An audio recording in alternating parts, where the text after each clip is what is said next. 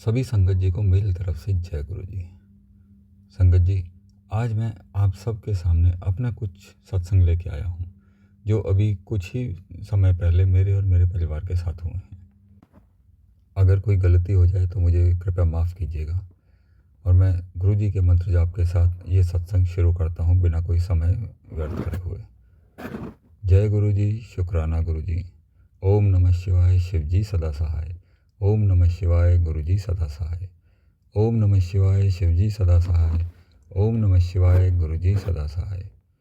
संगत जी, मैं दिल्ली एनसीआर में ही रहता हूँ। पिछले कुछ वर्षों में मेरे और मेरे परिवार की जो स्थिति है वो बहुत ख़राब हो गई थी।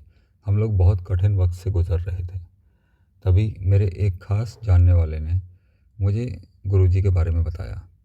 उन्होंने मेरे साथ एक वीडियो लिंक शेयर किया जिसमें एक मंत्र जाप था और उन्होंने कहा कि इस मंत्र जाप को अपने घर में रोज़ सुना करो। सभी परिवारजन सुने तो इससे अच्छी बात कुछ नहीं होगी। हम लोगों ने वैसा ही किया। अपने घर में सुबह शाम हम मंत्र जाप चलाया करते थे, सब बैठ के सुना करते थे। धीरे धीरे समय बदला। जैसे कहते हैं कि कोई चीज़ अगर गिराओ तो ज़मीन पर ज़ोर से गिरती है, लेकिन अगर उसे कोई बीच में पकड़ ले तो वहीं ठहर जाती है, नीचे नहीं गिरती। हमारे साथ भी ऐसा ही हुआ।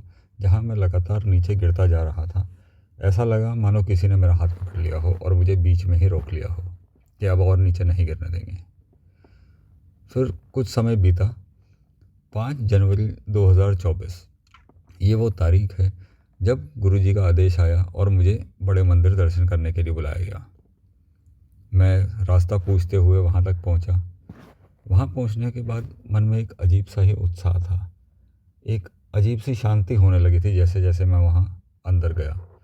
वहाँ गया, दर्शन किए, चाय प्रसाद मिला, लंगर प्रसाद मिला और उसके बाद जब मैं वहाँ से वापस आ रहा था तो वहाँ एक जगह भीड़ लगी हुई थी।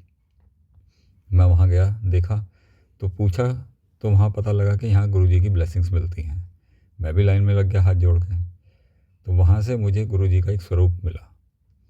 जिन्होंने मुझे बताया था गुरुजी के बारे में, मैंने उनको वहीं से कॉल किया कि ऐसे ऐसे हुआ है। उन्होंने बताया कि उनकी जानकारी में बहुत कम सत्संग ऐसे हुए हैं या बहुत कम संगत जी ऐसे हैं जिनको पहली बार में ही स्वरूप के रूप में गुरुजी के दर्शन हुए हैं और गुरुजी उनके साथ उनके घर तक आ रहे हैं। मैं बड़ा खुश था। घर आया, मैंने पूरे परिवार को वो स्वरूप दिखाया। हमने अगले ही दिन वो फ्रेम करा के एक निश्चित स्थान पे जहाँ गुरुजी के आदेश था वहाँ हमने उस स्वरूप को रखा। अब हमारे घर में रोज़ सत्संग सुने जाते हैं और धीरे धीरे हमें आदत हो गई। हम भजन सुनते हैं, मंत्र जाप सुनते हैं, सत्संग सुनते हैं।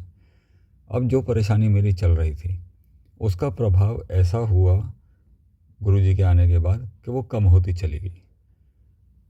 फिर मुझे दोबारा एक बार मौका मिला गुरुजी के दर्शन करने का। मैं दोबारा बड़े मंदिर गया 15 फरवरी 2024 में।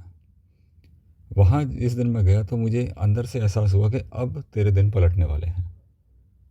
अब वो समय ख़त्म हो गया जब तेरे साथ परेशानियाँ रहती थी। मैं वापस आया 15 दिन के अंदर, यानी कि 29 फरवरी 2024 को। मैं काफ़ी समय से अपनी एक प्रॉपर्टी सेल करने के चक्कर में था, जिसके कई बार डील होती थी, कैंसिल हो जाती थी, डील होती थी, कैंसिल हो जाती थी और उसकी वजह से काफ़ी परेशान भी चल रहे थे। 29 फरवरी 2024 को वो डील अचानक से फाइनल हो गई और मेरे काम धीरे धीरे जो रुके हुए थे वो बनने लग गए। सारे काम हुए। उसके बाद एक दिन हम ऐसे ही बैठे हुए थे घर पे और आपस में विचार कर रहे थे कि हमें गुरुजी के दर्शन करने जाना चाहिए, लेकिन कभी समय का अभाव तो कभी किसी चीज़ का अभाव, या ये कह सकते हैं कि अभी हमारा बुलावा नहीं था। 7 जुलाई 2024 गुरुजी के बर्थडे वाले दिन हम लोग घर पे बैठे हुए थे। अचानक से सबके मन में एक ही इच्छा हुई कि आज गुरुजी का बर्थडे है, आज चलते हैं। अब हमने यहाँ से कैब किया और चले गए। अब वो रास्ते बंद होने की वजह से हमें बहुत ज़्यादा टाइम लग गया वहाँ तक पहुँचने में और कुछ मौसम भी ख़राब था दिल्ली एनसीआर में। तो वहाँ हम पहुँचे। अंदर पता नहीं कहाँ से वो कैब ड्राइवर हमें लेके गया। उसने हमें एक जगह ड्रॉप किया पार्किंग के स्थान पे। वहाँ बहुत सारी संगत जी ऐसी थी जिन्होंने सेवा के लिए अपनी बसें, कार, बाइक, स्कूटी लगाए हुए थे कि वहाँ से लाइन तक आपको ड्रॉप कर दिया जाएगा। हम कुछ देर वेट करने के बाद हम लोग खुद पैदल ही चल दिए कि जाके धीरे धीरे पहुँचेंगे और दर्शन कर लेंगे। वहाँ जाके देखा तो बहुत लंबी लाइन थी और गर्मी भी बहुत ज़्यादा थी। हमने यही अरदास करी कि गुरुजी अब आए हैं तो कृपया दर्शन दें और हमारा मार्गदर्शन करें। हम धीरे धीरे मन ही मन मंत्र जाप करते रहे और अंदर जाते गए। अंदर गए, बहुत अच्छे से दर्शन हुए। गुरुजी के आशीर्वाद से लंगर प्रसाद भी मिला, कॉफ़ी प्रसाद भी मिला और भी बहुत सारी चीज़ें मिली। एक पूरी पार्टी हुई वहाँ गुरुजी के बर्थडे पे। अब वहाँ से वापस आ रहे थे तो ऐसे ही मेरे मुंह से निकल गया कि गुरुजी हम आ तो गए, अब वापस जा रहे हैं, अब फिर यहाँ कैब बुक करो, कैब का वेट करो, हम तो ऐसे ही रह जाएंगे। और गुरुजी ने हमारे लिए कुछ अच्छा ही सोचा हुआ था। और 1 महीना भी नहीं हुआ, गुरुजी ने हमें एक नई गाड़ी ब्लेस कर दी। ये सब गुरुजी का चमत्कार है, उन्हीं का आशीर्वाद है। हमें नहीं पता उन्होंने हमारे बारे में क्या सोचा है या हमारी किस्मत में क्या लिखा है, लेकिन गुरुजी ये जानते हैं कि कब किसको क्या देना है, कितना देना है और किसका उद्धार कैसे करना है। तो अपना सत्संग ज़्यादा लंबा ना करते हुए मैं अपनी वाणी को यहीं विराम देता हूँ और आप सभी से निवेदन करता हूँ कि मेरे साथ एक बार मंत्र जाप करें। ओम नमः शिवाय, शिवजी सदा सहाय। ओम नमः शिवाय, गुरुजी सदा सहाय। ओम नमः शिवाय, शिवजी सदा सहाय। ओम नमः शिवाय, गुरुजी सदा सहाय। संगत जी, जाते जाते एक और बात बताना चाहता हूँ कि मेरे जो और सत्संग हैं जो मेरे साथ पहले हुआ, जिससे मैंने बताया कि मेरा ये एक तरह से दूसरा जन्म है गुरुजी की कृपा से, मैं वो भी आपके साथ आने वाले समय में साझा करूँगा। अभी जो मुझे अंदेशा है, जो मुझे आज्ञा मिली है, वो ये कि मैं सभी संगत जन तक, जन जन तक शिव महापुराण की कथा का बखान करके उन तक पहुँचाऊँ, ताकि सब लोगों के जीवन का उद्धार हो सके। कहा जाता है जिसने शिव पुराण का एक अध्याय भी सुन लिया, थोड़ा भी अगर मन लगा के सुन लेते हैं तो उनका जीवन का उद्देश्य बदल जाता है, उनके जीवन नई ऊंचाइयां छूने लगता है।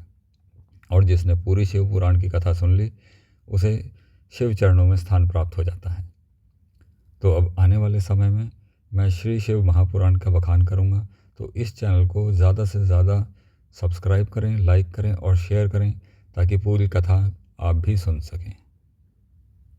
जय गुरु जी, शुक्राना गुरु जी, लख लख शुक्राना।